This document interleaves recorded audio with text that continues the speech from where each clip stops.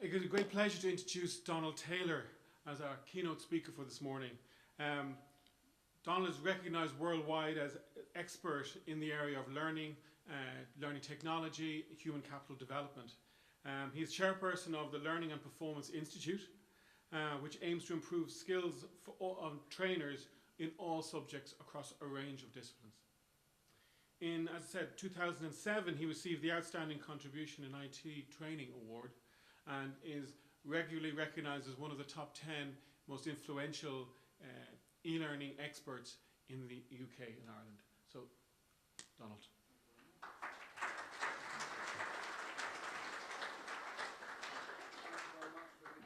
Good morning, everybody. Oh, that is grand. I'll do that again. Good morning. Good morning. I normally do that with an English audience. Yeah, good morning. No response. That's a proper Irish welcome. Thank you very much.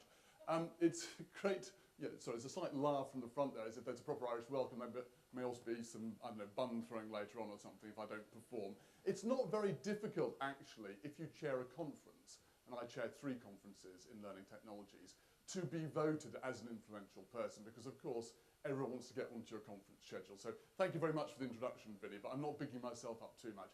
I do hope, though, that I'll be able in the course of the next 30 minutes to say stuff that I hope will be based on experience rather than what other people have voted, which may prove useful for people in the room who want to get off the ground and be part of what I think is an exciting world of opportunity at the moment for the e-learning space. I know the economic situation isn't too hot right now, but I do think we are in quite a strong position right now. It's always good to be in Dublin. It's particularly good to be here for the launch of this centre. Not least because I think anyone who's got their wits about them knows that Ireland is a place where learning technology has a very strong basis. There's a lot of expertise here. There's a lot of understanding of it, and it's probably quite a bit ahead of some other parts of Europe. I think I first became aware of that probably in 1999. I was over here on a family holiday, visiting my sister-in-law's parents in Sligo. So we drove to Sligo, drove back, drove across the country. I was very impressed by not just the vibrancy, because of course there was a construction boom at the time, which perhaps we'll put to one side, but there was a vibrancy about the economy and about everything that was really exhilarating. Everyone's on their mobile phones, and there were lots of advertising hoardings up, mentioning the internet. Now, this was a time when the internet was something I did at work. I didn't do it at home. If you wanted to get on, you used a 28.8 dial-up modem. Anybody remember that? Yes, some nodding heads. And yeah, it was all over Ireland. And I found myself in the queue at Drummahere to get on the ferry to come back. And in front of me is a white van, a bit dirty like most white vans. And on the back of it, something was written. The previous year, it would have been Shamrock Rovers for the Cup. This time it was www.cleanme.com. And I knew at that point that the internet had arrived, it was going to change our lives, and Ireland was going to be ahead of making things happen there. And I went back to the UK. Later on that year, I quit my job and I set up my own internet startup, which I subsequently sold. And well, we'll talk more about that later on. We'll talk more about the business of running a business on the internet later on. So in the next 20 to 30 minutes or so, and although in the schedule it says we're going to do Q&A after this, I think what's going to happen is I'll come off, Johnny will come up, and then we'll do the Q&A together, because I think what we're talking about sits quite nicely together. So we'll do a joint Q&A at the end. In the next 20 to 30 minutes, what I want to talk about is looking back over those past 13 years, what's changed over that period, and in particular, what have we seen in the past 2 to 3 years that, as I say, means we're having a real shift in this world of learning and development, and in particular in the technology to support it. Where there are changes, there are definitely opportunities, and I think there are opportunities there which people who want to get out there can exploit if it's done in the right way. As Vinny kindly said, I chair the, let me move on. I chair this institute. It's always impressive when the chairman of Learning Performance Institute, who chairs all these conferences, holds the bleeper the wrong way round and fails to move things onwards. There we go. So I chair this institute, the Learning and Performance Institute, yeah, and I chair the Learning Technologies Conference and the Learning Skills Group. And the Learning and Skills Group is a community of about 4,500 people. It's a free-to-join online community, mostly for learning technologists. And the institute is a paid-for professional body with about 3,500 members, although we're growing quite rapidly nationally and internationally. We'll be up to about 5,000 within 2 years. And that's all stuff that's in the pipeline that's guaranteed. As well as doing this, in my career, I've set up or been involved in the setting up of a couple of companies which we've gone on to sell in the learning technology space. I've been sales, I've been marketing, I've had board level positions, been a VP, and I've done operational stuff. And I started off, like probably a lot of people in the field, in a much simpler world than the one we live in now. I started off in the 1980s as a classroom trainer. And that was a lovely world. It was a lovely world because you had one place to deliver learning. In the 1980s, it was the classroom. You had one medium for storing information. We didn't have the internet, we had books. And if you're a bit go-ahead technologically like me, you had videos and you had audio cassettes. And younger members of the audience, an audio cassette it's not even worth thinking about. So the great thing about being in the classroom was it didn't matter what the subject was. It didn't matter what the question was. The answer was always the same. We'll come to that a little bit later. The answer's in your book. And the answer always was in the book. Because you'd written the book, you knew the answer, it was there, and they came into the room because you were going to give them the information. You were God in the classroom. And unfortunately for some people, perhaps even for me, that was a lovely experience to be the centre of attention. And we know now, actually, it's not a terribly good way of conveying information. Certainly in terms of knowledge transfer, the classroom is a very poor place to do that. It is good for some things. It continues to be the main staple of most learning and development. We were talking about this last night over dinner. About 70% of most budget on learning and development continues to be spent on classroom delivery. And apart from anything else, that definitely represents an opportunity. We're not in this world anymore, though. That may be where most of the activity is, but there's a lot of opportunity as a result of, I think, 3 major changes that are taking place in learning and development at the moment. Well, in learning development and beyond that, but it certainly affects what we do. The first is that we are increasingly in what I would call a borderless world. Secondly, information is now free. And that sounds like a trite thing to say, but I'm going to go on to explain why I think that's absolutely fundamental. And thirdly, the expectations of learners and of managers have changed quite dramatically. And thinking back to 1999 and that different world when the internet was something you did at work for email, and you didn't sit, as I now do in front of TV, with my iPad in my lap on Twitter interacting with people about the football or about the thing I'm watching. That is the world we live in now, and we take it for granted. And it's only happened over something like 13 years. In fact, most of that has happened in the past, as I say, 2, 3, 4 years. It's been a tremendous amount of change. And I'm going to look at some of the changes, what the world's doing to react to that, how it affects L&D, and how I think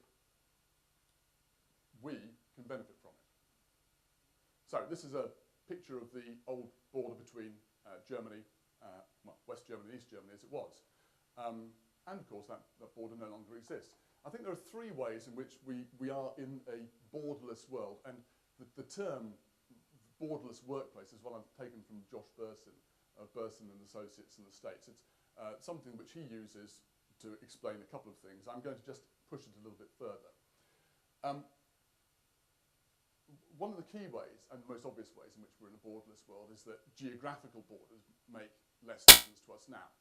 I'm regularly on the phone, or not on the phone, sorry, I'm on Skype regularly for across, perhaps in the course of the day, 5 different time zones. So I might start in Dubai, Armenia, Brussels, London, and then East Coast of America. And we don't bat an eyelid about it. I have a PA, who's a virtual PA, who I've never met, who's in Nairobi in Kenya, and I'm on Skype with her all the time, or texting each other. And I pay her to her mobile phone. I go to Western Union online. I don't know how it works. I press some buttons. The money arrives in her mobile phone.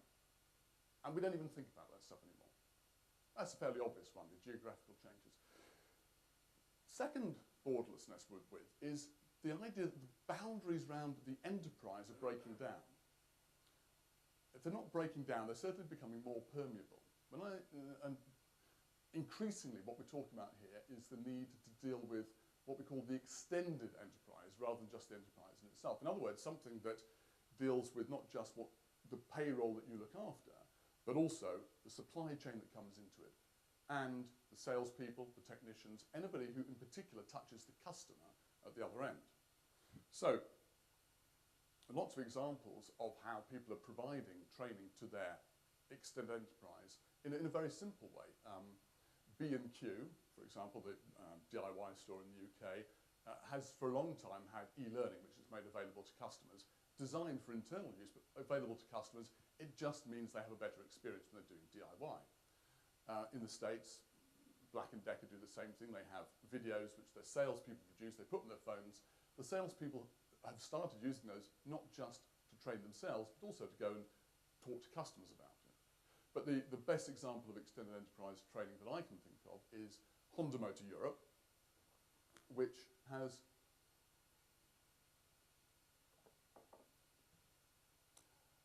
a base of 80,000 learners across the UK, across Europe, in 30 countries, 40 countries, 30 different languages, and the vast majority of these are not employees of the organisation. They are technicians or salespeople who touch the customer. And because this organisation's key stat is customer satisfaction, they're just trying to make sure that those people are trained up to the same standard as the internal people so that they're delivering the right service. Now, they do that through, as it happens, through a learning management system that delivers the same training to the internal staff, but it's differentiated very cleverly in the back end to make sure that important stuff doesn't leak out. And that whole thing is managed by 2 people, by the way, which I think isn't, talk about lean manufacture, it's an absolutely extraordinary accomplishment. Increasingly, getting out and training the extended enterprise is going to be a crucial part, and that's really where the borderless workplace comes in. But also, I think there's a third area in which we are increasingly borderless, and that's in ourselves, in the division between our private lives and our public lives.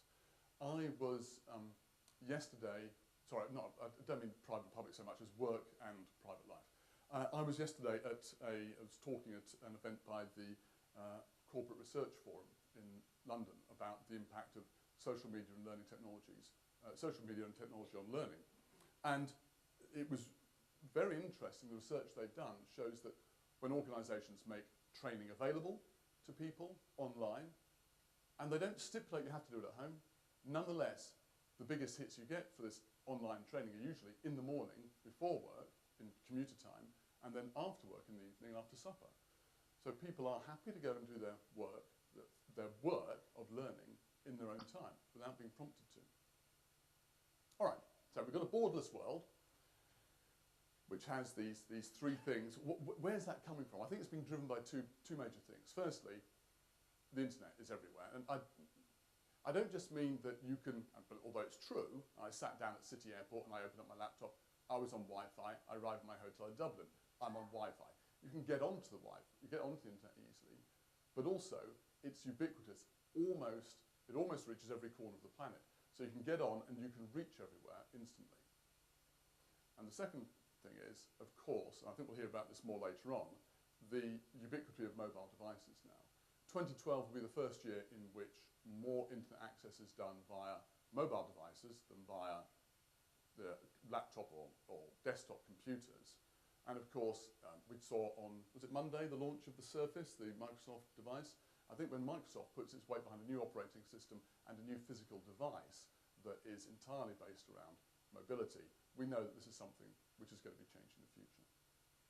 So we've got those 2 drivers, mobility and ubiquity of the internet, that's making us be in a borderless world. So what happens? Well, there is one big effect we get out of that, and I think it's this thing which I said earlier sounds a bit trite, but I think it's actually rather important. Information is free. This is a cloud. Obviously, it's a cloud.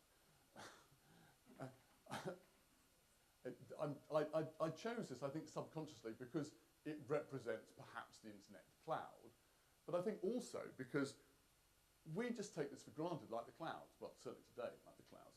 But we take for granted the fact that information is free. Anybody who in previous life had to go through a card index at a university or a library or whatever to find a book, to fish out a single piece of information, understands what I mean by the immense change we've had via the internet and technologies to make information be free.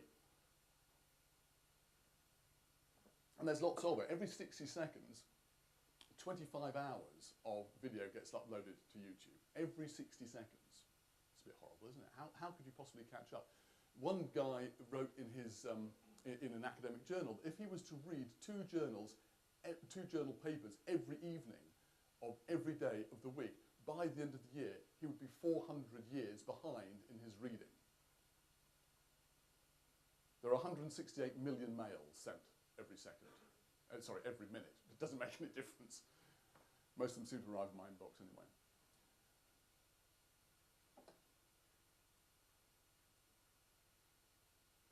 Michael Lesk of Rutgers University wrote a really good paper about this earlier in the year. He calculated that we get exposed to roughly 1 million times more information each day than we can possibly physically remember. People know roughly how much the human mind, a good mind, can remember. We know how much we're being bombarded with, and right now, let alone what's going to happen in the future, the ratio is 1 million to 1. That has some serious implications and some serious opportunity for us. I think the biggest implication is that we've moved from an area where knowledge was power 10 years ago to where information is free. The impact of that, you can just go to the high street to have a look. People who used to trade in information are out of business. So a travel agent would trade on knowing the best routes, being able to get the best fares, and knowing about stuff that you couldn't find anywhere else. They can't compete with TripAdvisor and lastminute.com or somebody else who does you a deal. So they have been, in that great 1990s word, disintermediated. We don't even think about that word anymore. It used to be such a buzz in 1999. Disintermediated. Everything's going to change. Well, it has changed, and we haven't noticed because, like the clouds, we take it for granted. But there's one other type of one other area which risks disintermediation, which is actually the learning and development profession itself. This is something I've been banging on about for some time. When information is free, that business of standing up in front of the class and delivering your knowledge becomes pointless. You can't sell somebody something if they can get it for free elsewhere. So there is absolutely no point, for example, trying to write a course in Excel because somebody else somewhere has done it and you can get hold of it for free. When Peter Butler took over as Chief Learning Officer at Lloyd's in the UK, the first thing he did was he went round and found out everyone in the organisation who was writing a course on something that wasn't necessary. And he stopped them doing it. He said, there is no point writing a course in Microsoft Word because we have those already available through the contract we've got with our unnamed but very large e-learning provider. So it's there. You don't need to sell it. And if you try to sell it, then you're going to be out of business. Of course, that doesn't apply to bespoke courseware production for stuff that's actually important to organisations.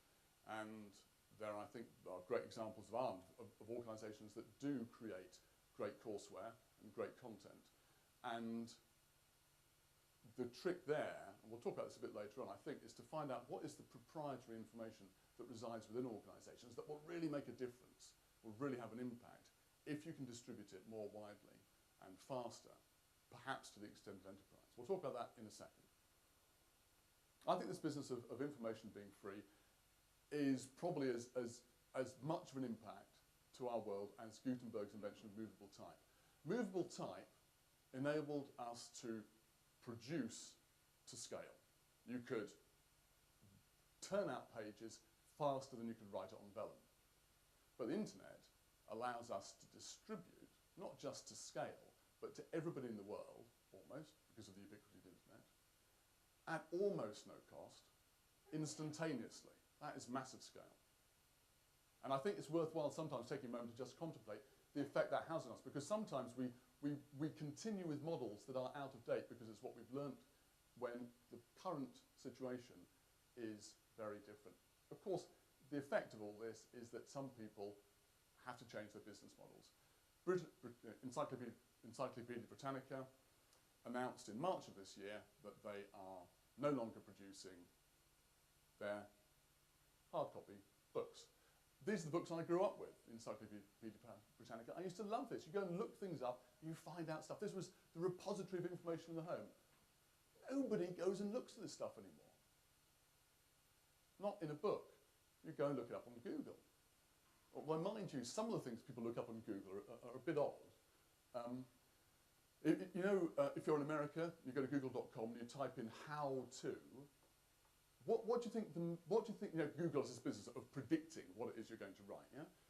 If you type in how to in google.com, what do you think they predict for you in America? Any thoughts?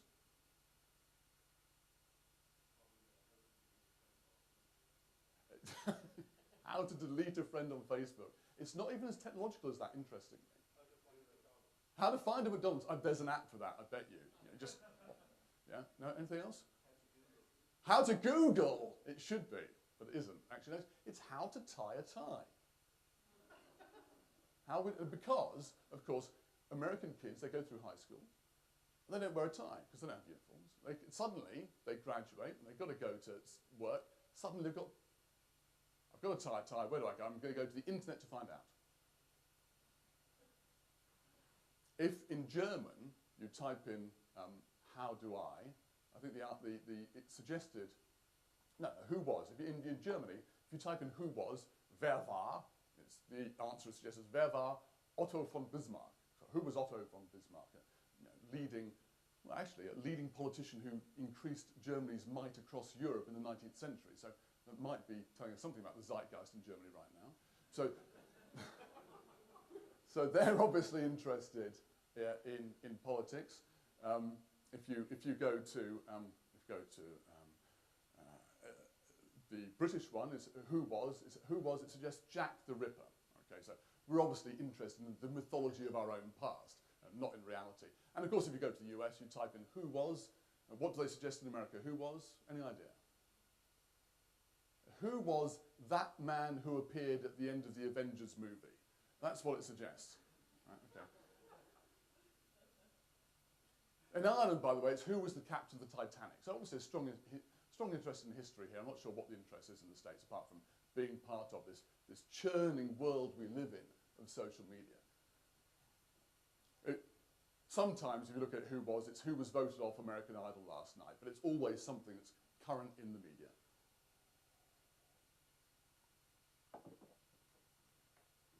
So expectations of our users are different. What does this mean? Well, I'm not sure that I buy the whole digital native thing, that if you're born after 1985, somehow your mind is different and you view the world in a different way. I'm not sure I quite buy that.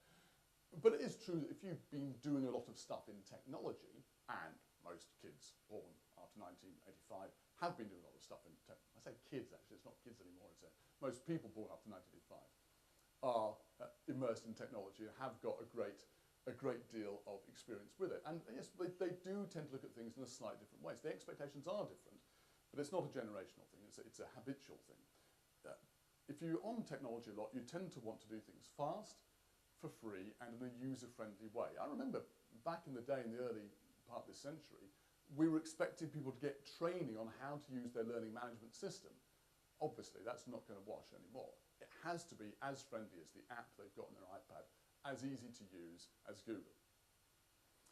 Also, the type of stuff people want to learn from is different now. There's a lot more emphasis on video, for example. So I was... On Sunday, my daughter, the next day, Monday, had to appear in fancy dress at school. Don't you hate it? You get a letter from school on the Friday saying, and by the way, on Monday your child has to be a dragon, or something. Right? In this case, she had to be a film character, and she was going to be Charlie Chaplin. So we got everything. Right? We got the hat, spray painted the hat, we had all the outfit, but you need the cane. Right? So we had some bamboo. I went and got some bamboo from the garden centre. But of course, Charlie Chaplin's cane bends at the top. So I'm out there in the garden with the power saw and this, that, and the other, trying to make this bamboo bend. My son comes out to me with the iPad, says, "Dad, I looked up on Google. I looked up on YouTube, sorry, the second most searched thing in the world. Looked up on YouTube, and sure enough, he's got a video. How to bend bamboo. How obscure is that?" And we worked out, we didn't have the jig, we didn't have 1.5 hours to steam the bamboo, and we didn't have a blowtorch to soften it up with. But anyway, that meant at least I knew that I could abandon bending the bamboo in one particular way. And we got there in the end another way. Video, then, is one thing people are naturally going to for information. Another thing is that they tend to want this information to be shorter and easy to digest. So typically now, we're finding that people are, when they're putting out videos, we're looking at 5 minutes or less. I heard somebody the other day say, "Yes, we've got bite-sized learning. All our courses on video are 20 minutes long." Forget it. But nobody's going to sit through past 5 minutes of that course. It's not going to happen. And the other thing, of course, is the social element. Increasingly, people are expecting to learn from each other. There's been a shift on who we expect to take seriously, from authority to the people we trust. And we trust people for various different reasons. Partly because of who we know they hang out with online, partly because people like Vinny stand up in front of them and say, "Yeah, Don's been voted on this list," and partly because of what we know they've actually done, rather than some spurious authority. A great example of all these three things is Dare to Share at BT, where they gave all their field engineers flip cameras. And there was a bunch of issues they had that they met in the field every time. The guys would take a video of the issue they faced and how to tackle it, post it up online. Videos were typically short, perhaps 4 to 5 minutes long. They were user-generated content by authority. So people trusted these people to do this stuff, not because they were the head of learning at BT, but because they were like them, facing it in the field. And they were practical. So those sorts of expectations we now have of being able to find performance support tools online, they were met with very well there, and they had an actual immediate effect on BT's bottom line, because BT have a problem with field engineers taking more than one call to finish something off. It's expensive and it frustrates the customer. That process, which was cheap to use, and the whole thing ran on SharePoint, brought down the number of calls that took more than one visit dramatically.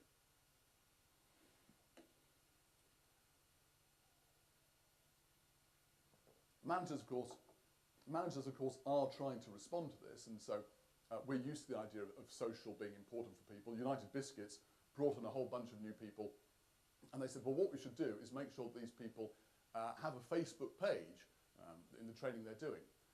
They went through it, they looked at it, they spent a lot of time designing it, and eventually they got the Facebook page up and running.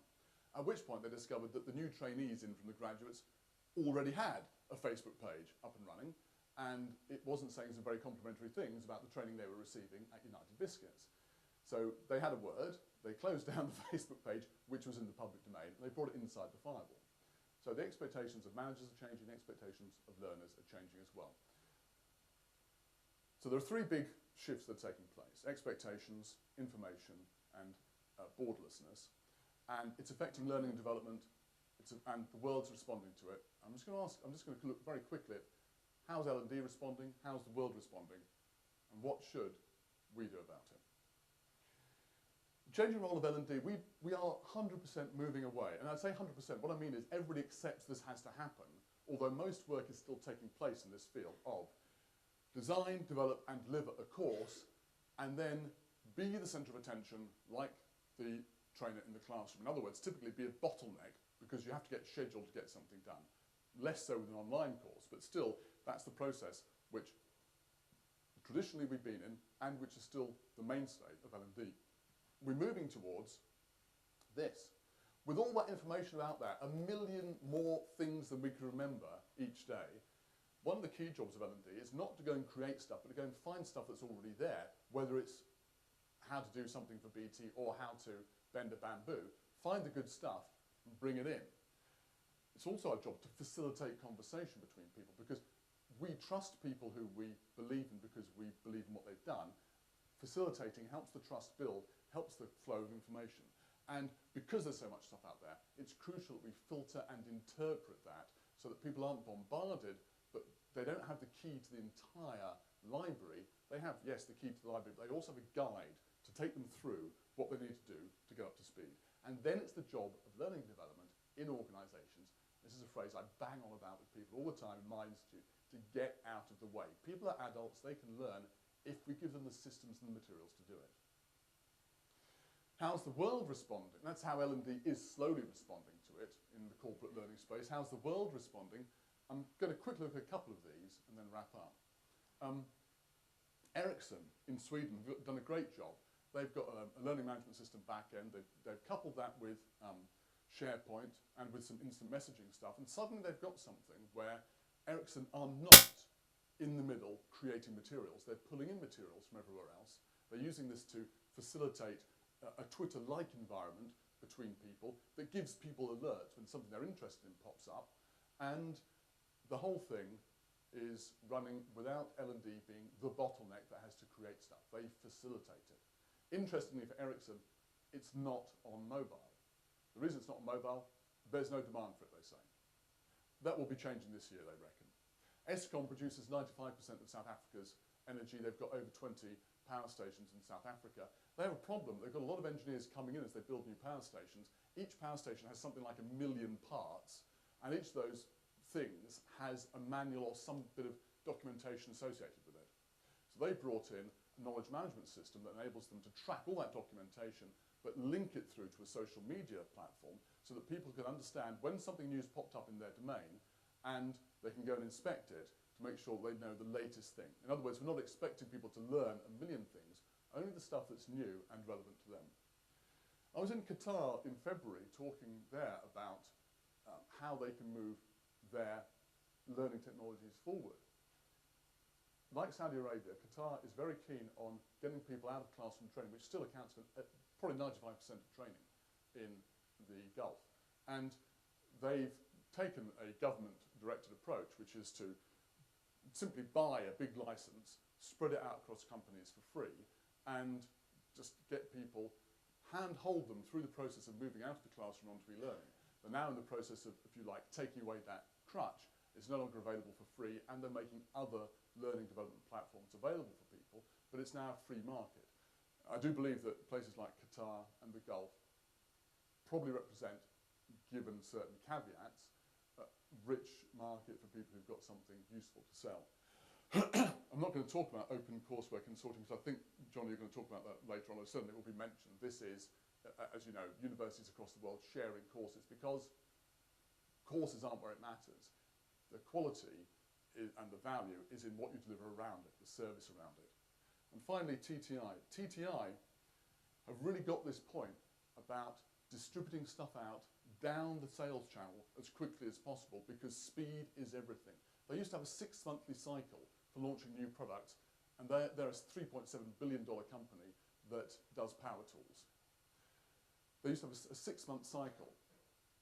They've now stripped that away, and instead of pulling everybody together to train every 6 months, they send all the training out via the LMS. The LMS, as far as the sales guys are concerned, isn't a training platform, it's where they know about new product. That enables them to know immediately what's going on with their products and to go out and sell it faster.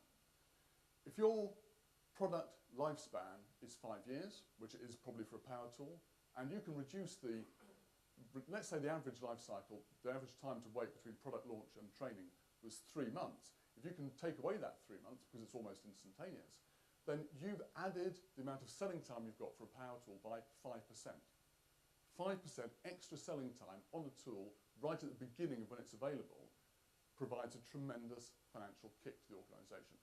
They spent $850,000 installing their LMS, doing all the stuff you need to put that in place. They increased sales, the increase in sales that was attributable to the sales training, they think is worth something like $11 million. So, bona fide return on investment simply by doing things faster and getting short information out to people snappily. Okay, we've got a world where there are lots of changes.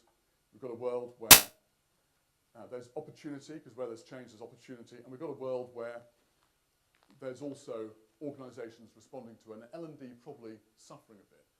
What should Ireland do about this, which, as I said right at the beginning, is a place where there's a tremendous now body of experience in this field and a great technological, I think, foundation to build on. We've been close to the situation before, actually, of a difficult economic situation and the need to take action. Does anybody remember this?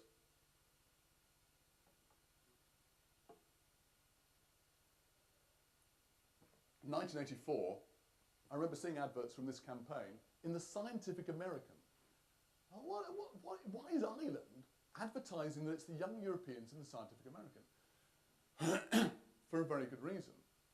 To boost investment, inward investment into Ireland. And the advertising campaign in 1984, combined with other structured activities, did lead to inward investment, did lead to the growing of the technological base. It was a great centralised initiative to make things happen. As you know, in the UK, we're all very keen on the free market and letting things go and letting things happen. And sometimes that doesn't work. Sometimes you do have to take action and make things happen centrally. And that's why I'm delighted to be here at the launch of the Centre for Learning Innovation, because not only is it underpinned by research, not only is it backed by the government, and not only does it form these links between education and corporate learning, all of which I think is tremendously important. Most importantly, it draws on an existing body of experience that we've got here in Ireland. Well, there are lots of people in this room who've been in this industry for 20 plus years, who know not just about learning and not just about technology, but also about the difficult business of running a startup, making it work in bad times as well as good, in this particular field. And that's a gold mine. That's a gold mine to draw on. I think it's fantastic that it's able to be brought together and backed up by, as was mentioned earlier, a centre which is something like 6 years in the making. Johnny Parks has been talking about the centre forever, it seems. Yes, it's coming, yes, it's coming, yes, it's coming. I thought it was like one of those Irish sagas which just goes on and never actually reaches an end. But it has reached not an end, but a beginning today. And I'm delighted to be here at the start. I should say, I'm not being paid to say any of this, and I don't own any shares in the Centre for Learning Innovation. I just wish that we had one of these in the UK.